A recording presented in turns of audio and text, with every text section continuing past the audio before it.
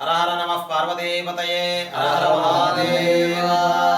ಶ್ರೀ ಮಾಯಮ್ಮ ದೇವಿ ಸಮೇತ ಉಮಾಮಹೇಶ್ವರ ಸ್ವಾಮಿ ಕಿ ಭಗವದ್ ಭಕ್ತಮಾಶ್ರೀಗಳಿಗರಂತೆ ಶ್ರೀ ಕ್ಷೇತ್ರ ಒಳಲಗುಂದ ಗ್ರಾಮ ಶ್ರೀ ಉಮಾಮಹೇಶ್ವರ ಸ್ವಾಮಿ ದೇವಾಲಯ. ಈ ಒಂದು ದೇವಾಲಯದ ಪ್ರತೀತಿ ಎಷ್ಟು ವರ್ಷಗಳ ಹಿಂದೆ ಅನ್ನೋದು ಯಾರಿಗೂ ಕೂಡ ಅಂತರಾಳದ ಒಂದು ಮಾಹಿತಿ ಇಲ್ಲ. ಕಾರಣ ಏನಂದರೆ ಕಲಿಯುಗಕ್ಕಿಂತ ಮುಂಚೆನೇ ಋಷಿ ಮುನಿಗಳು ಅಮ್ಮನವರನ್ನ ಸ್ವಾಮಿಯವರನ್ನ ಪ್ರತಿಷ್ಠಾಪನೆಯನ್ನು ಮಾಡಿದ್ದಾರೆ ಅಂತ ಒಂದು ಸಂಕಲ್ಪ ಪ್ರತೀತಿ ಇದೆ. ಈ ಒಂದು ಗ್ರಾಮದ ಹೆಸರು ಪುರಾತನದ ಒಂದು ಶಾಸನಗಳು ಏನು ಹೇಳುತ್ತೆ ಅಂತ ಅಂದರೆ ಗ್ರಾಮದ ಹೆಸರು ಬಂದು ಹೊಳಲು ಅಂತ ಗ್ರಾಮದ ಹೆಸರು. ಇಂದಿನ ದಿನದಲ್ಲಿ ಅಂದರೆ ಕಲಿಯುಗದ ಇಂದಿನ ದಿನದಲ್ಲಿ ಗುಂದ ಎಂಬತಕ್ಕಂತಹ ರಾಕ್ಷಸ ಪ್ರತಿನಿತ್ಯವೂ ಕೂಡ ಗ್ರಾಮಕ್ಕೆ ಬಂದು ಗ್ರಾಮದಲ್ಲಿರತಕ್ಕಂತಹ ನರಭಕ್ಷಣೆಯನ್ನು ಮಾಡಿ ಗ್ರಾಮದಲ್ಲಿರತಕ್ಕಂಥ ಎಲ್ಲ ಶಾಂತಿ ಸುವ್ಯವಸ್ಥೆಗಳನ್ನ ಹಾಳು ಮಾಡಿ ಹೋಗ್ತಾ ಇದ್ದ.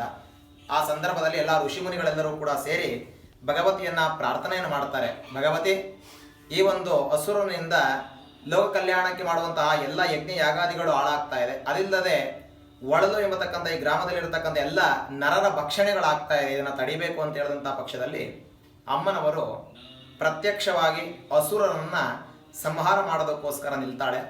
ಆಗ ಆ ಒಂದು ಅಸುರ ಏನಿದ್ದಾನೆ ಅವನು ತನ್ನ ಸೋಲನ್ನು ಒಪ್ಪಿಕೊಂಡು ಅಮ್ಮನವರಲ್ಲಿ ಪ್ರಾರ್ಥನೆಯನ್ನು ಮಾಡ್ತಾನೆ. ಈ ಒಂದು ಸೋಲನ್ನು ನಾನು ಒಪ್ಕೊಳ್ತಾ ಇದ್ದೇನೆ, ಆದರೆ ಈ ಯುದ್ಧ ಇಲ್ಲಿಗೆ ನಿಲ್ಲಬೇಕು ಅಂತ ಅಂದರೆ ನನ್ನದೊಂದು ಮನವಿಯನ್ನು ನೀನು ಸ್ವೀಕರಿಸಿ ನನ್ನನ್ನು ಕ್ಷಮಿಸಬೇಕು ಅಂತ ಕೇಳಿದಂಥ ಪಕ್ಷದಲ್ಲಿ ಅಮ್ಮನವರು ಕೇಳ್ತಾರೆ, ಆ ಒಂದು ನಿನ್ನ ಸಂಕಲ್ಪ ಏನು ಅಂತ ಕೇಳಿದಂಥ ಸಂದರ್ಭದಲ್ಲಿ ಈ ಒಂದು ಗ್ರಾಮದಲ್ಲಿ ವರ್ಷಕ್ಕೆ ಒಂದು ಸತಿ 3 ಜನ ನರಭಕ್ಷಕವನ್ನು ಹಾಗೂ 3 ಬಂಡಿ ಅನ್ನವನ್ನು ಕೊಡಬೇಕು ಅಂತ ಆ ಅಮ್ಮನವರಲ್ಲಿ ಗುಂದ ಎಂಬತಕ್ಕಂಥ ಅಸುರ ಕೇಳ್ತಾನೆ.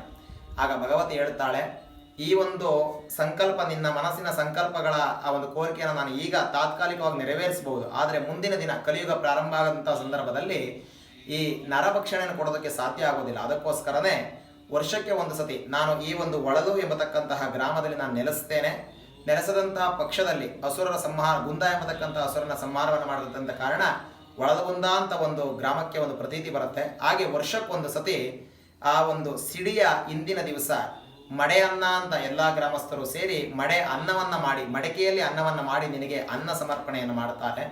ತದನಂತರ ಕೊಂಡವನ್ನು ಹಾಯ್ದು ಆ ಒಂದು ಗುರುವಾರದ ದಿವಸ ಸಿಡಿ ಎಂಬತಕ್ಕಂತಹ ವಿಜೃಂಭಣೆಯ ಒಂದು ಕಾರ್ಯಕ್ರಮವನ್ನು ಮಾಡಿ ನರದ 3 ತೊಟ್ಟು ಹನಿ ರಕ್ತವನ್ನು ನಿನಗೆ ಕೊಡೋದಕ್ಕೆ ಸಾಧ್ಯವಾಗುತ್ತೆ ಅಂತ ಕೇಳಿದಂಥ ಪಕ್ಷದಲ್ಲಿ ಆ ಗುಂದ ಎಂಬತಕ್ಕಂತಹ ಅಸುರ ಅದನ್ನು ಒಪ್ಕೊಳ್ತಾನೆ, ಅಮ್ಮನವರಿಗೆ ಶರಣಾಗತಿ ಆಗ್ತಾನೆ. ಆದಂಥ ಕಾರಣದಿಂದ ಈ ಗ್ರಾಮದ ಹೆಸರು ಒಳಲ ಗುಂದ ಎಂಬತಕ್ಕಂಥ ಪ್ರತೀತಿಯನ್ನು ಹೊಂದಿದೆ. ವಿಶೇಷವಾಗಿ ನಾವು ನೋಡಬಹುದು ಅಮ್ಮನವರು ಮತ್ತು ಸ್ವಾಮಿಯವರು ಒಂದೇ ಪೀಠದಲ್ಲಿದ್ದಾರೆ.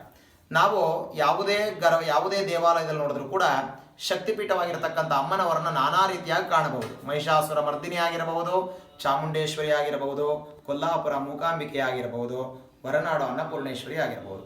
ಆದರೆ ಈ ಒಂದು ಕ್ಷೇತ್ರದಲ್ಲಿ ಅಮ್ಮನವರು ಖಡ್ಗ, ಡಮರುಗ, ತ್ರಿಶೂಲ ಹಾಗೂ ಕೈಯಲ್ಲಿ ಆ ಒಂದು ರಕ್ತದ ಬಟ್ಟಲನ್ನು ಅಮ್ಮನವರು ಹಿಡ್ಕೊಂಡು ಆ ಅಸುರನ ಕಾಲಲ್ಲಿ ಮೆಟ್ಟಿ ಸಿಂಹವಾಹಿನಿಯಾಗಿ ಅಮ್ಮನವರಿದ್ದಾರೆ.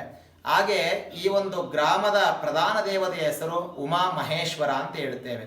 ನಾವು ಆಗಮಶಾಸ್ತ್ರ ಪ್ರಕಾರವಾಗಿ ನೋಡಿದ್ರೆ ಸೋಮಾಸ್ಕಂದ ಮೂರ್ತಿ ಅಂತ ಏನು ಹೇಳ್ತೇವೆ ಅಂದರೆ ನಂದಿವಾಹನದಲ್ಲಿ ಅಮ್ಮನವರ ದಕ್ಷಿಣ ಭಾಗದಲ್ಲಿ ಸ್ವಾಮಿಯವರು ಹಾಗೂ ಬಲಭಾಗದಲ್ಲಿ ಗಣಪತಿ, ಎಡಭಾಗದಲ್ಲಿ ಸುಬ್ರಹ್ಮಣ್ಯರನ್ನು ನಾವು ಭಾವಚಿತ್ರದಲ್ಲಿ ನೋಡಿರೋದು ಒಂದು ಪ್ರತೀತಿ ಇದೆ. ಅದೇ ರೀತಿ ಅಮ್ಮನವರ ಆ ಒಂದು ವಾಮಭಾಗದಲ್ಲಿ ಸ್ವಾಮಿಯವರು ಇದ್ದಾರೆ. ಸ್ವಾಮಿಯವರ ಪ್ರತೀತಿ ನೀವು ನೋಡಿದ್ರೆ ಸ್ವಾಮಿಯವರು ಅಷ್ಟಭುಜ 8 ಭುಜಗಳನ್ನು ಉಳ್ಳಂತಹ ಆ ನಂದಿ ವಾಹನವಾಗಿರತಕ್ಕಂತಹ ಉಮಾ ಸಹಿತನಾಗಿರತಕ್ಕಂತಹ ಮಹೇಶ್ವರನೇ ಉಮಾ ಮಹೇಶ್ವರ ಎಂಬತಕ್ಕಂಥ ಒಂದು ಪ್ರತೀತಿ ಈ ಒಂದು ಗ್ರಾಮದಲ್ಲಿದೆ. ಕಾರಣ ಏನಂದರೆ ಆ ಒಂದು ಶ್ರೀನಿವಾಸ ಕಲ್ಯಾಣೋತ್ಸವ ಸಂದರ್ಭದಲ್ಲಿ ಭೃಗು ಮಹರ್ಷಿಗಳು ಶಿವನಿಗೆ ಒಂದು ಶಾಪವನ್ನು ಕೊಡ್ತಾರೆ. ಈ ಒಂದು ಭೂಲೋಕದಲ್ಲಿ ಮುಂದಿನ ದಿನದಲ್ಲಿ ನಿನಗೆ ಲಿಂಗಾಕಾರವಾಗಿ ಮಾತ್ರ ಪೂಜೆ ಆಗಬೇಕು ಅಂತ ಏನು ಶಾಪವನ್ನು ಕೊಟ್ಟಿದ್ದಾರೆ. ಅದೇ ರೀತಿ ಆ ಶಾಪಗ್ರಸ್ತನಾಗಿರ್ತಕ್ಕಂಥ ಪರಮೇಶ್ವರ ಎಲ್ಲ ಭಕ್ತರಿಗೂ ಲಿಂಗಾಕಾರವಾಗಿ ದರ್ಶನ ಕೊಡುವಂಥದ್ದು. ನಾವು ಉದಾಹರಣೆ ತಗೊಂಡ್ರೆ ಧರ್ಮಸ್ಥಳ ಮಂಜುನಾಥನಿರಬಹುದು, ಆ ಒಂದು ಮುರುಡೇಶ್ವರನಿರಬಹುದು, ಅಥವಾ ಆ ಒಂದು ಶ್ರೀಕಂಠೇಶ್ವರನ ನಂಜುಂಡೇಶ್ವರನು ಕೂಡ ಇರಬಹುದು. ಎಲ್ಲರೂ ಕೂಡ ಶಿವಲಿಂಗಾಕಾರವಾಗಿ ರೂಪವನ್ನು ಕೊಟ್ಟರೆ ಈ ನಮ್ಮ ಗ್ರಾಮದಲ್ಲಿ ಸ್ವಾಮಿಯವರು ಅಷ್ಟಭುಜ ಸಹಿತವಾಗಿರ್ತಕ್ಕಂಥ ಸ್ವಾಮಿಯವರು ದೇಹಾಕಾರವಾಗಿ ನಮಗೆ ಪ್ರತಿಬಿಂಬವಾಗಿ ಆ ಒಂದು ದರ್ಶನವನ್ನು ಕೊಡ್ತಾ ಇದ್ದಾರೆ. ನಾವೆಲ್ಲರೂ ಕೂಡ ಬರುವಂಥ ಭಕ್ತರಿರಬಹುದು, ಪೂಜೆಯನ್ನು ಸಲ್ಲಿಸುವಂತಹ ಅರ್ಚಕರಿರಬಹುದು, ಎಲ್ಲರೂ ಕೂಡ ಪುಣ್ಯವಂತರು, ನಾವು ಧನ್ಯವಂತರು ಅಂತ ಹೇಳೋದಕ್ಕೇನೆಂದರೆ ಉಮಾ ಸಹಿತ ಮಹೇಶ್ವರ ಒಂದೇ ಪೀಠದಲ್ಲಿ, ವಿಶೇಷವಾಗಿ ಗರ್ಭಾಂಗಣದ ಒಂದೇ ಪೀಠದಲ್ಲಿ ಸ್ವಾಮಿ ಮತ್ತು ಅಮ್ಮನವರನ್ನ ದೇಹಾಕಾರವಾಗಿ ಕಾಣುವಂಥ ಒಂದು ಸೌಭಾಗ್ಯ ನಮ್ಮದಾಗಿದೆ.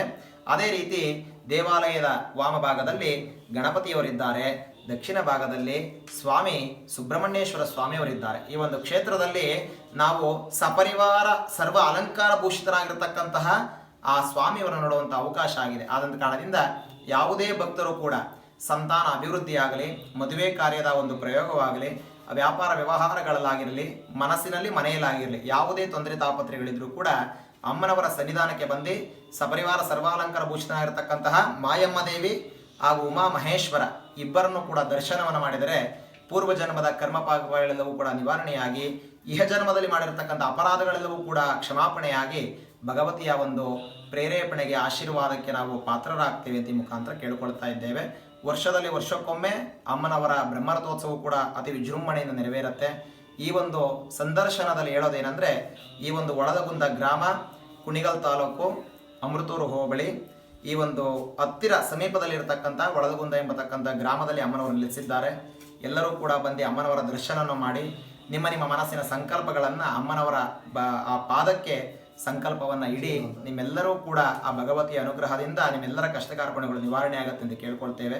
ಮುಖ್ಯವಾಗಿ ಈ ಒಂದು ಮುಖಾಂತರ ಭಕ್ತರ ಭಕ್ತಿಯೇ ದೇವರ ಶಕ್ತಿವಯ್ಯ ಅಂತ ಕನಕದಾಸರು ಹೇಳಿದ್ದಾರೆ. ಅಂದರೆ ಭಕ್ತರ ಭಕ್ತಿಯಿಂದ ಭಗವತಿಗೆ ಒಂದು ಶಕ್ತಿ ಬರುತ್ತೆ ಅಂತ ಒಂದು ಸಂಕಲ್ಪ.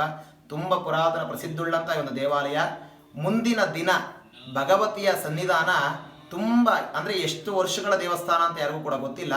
ತಲೆಮಾರುಗಳು ಕಳೆದಂತೆ ಕಾಲಕ್ಕೆ ತಕ್ಕಂತೆ ಎಲ್ಲವೂ ಕೂಡ ಹಂತವಾಗಿ ವ್ಯವಸ್ಥಿತವಾಗಿ ಒಂದು ದೇವಸ್ಥಾನವನ್ನು ಮಾಡಿಕೊಂಡಿದ್ದಾರೆ.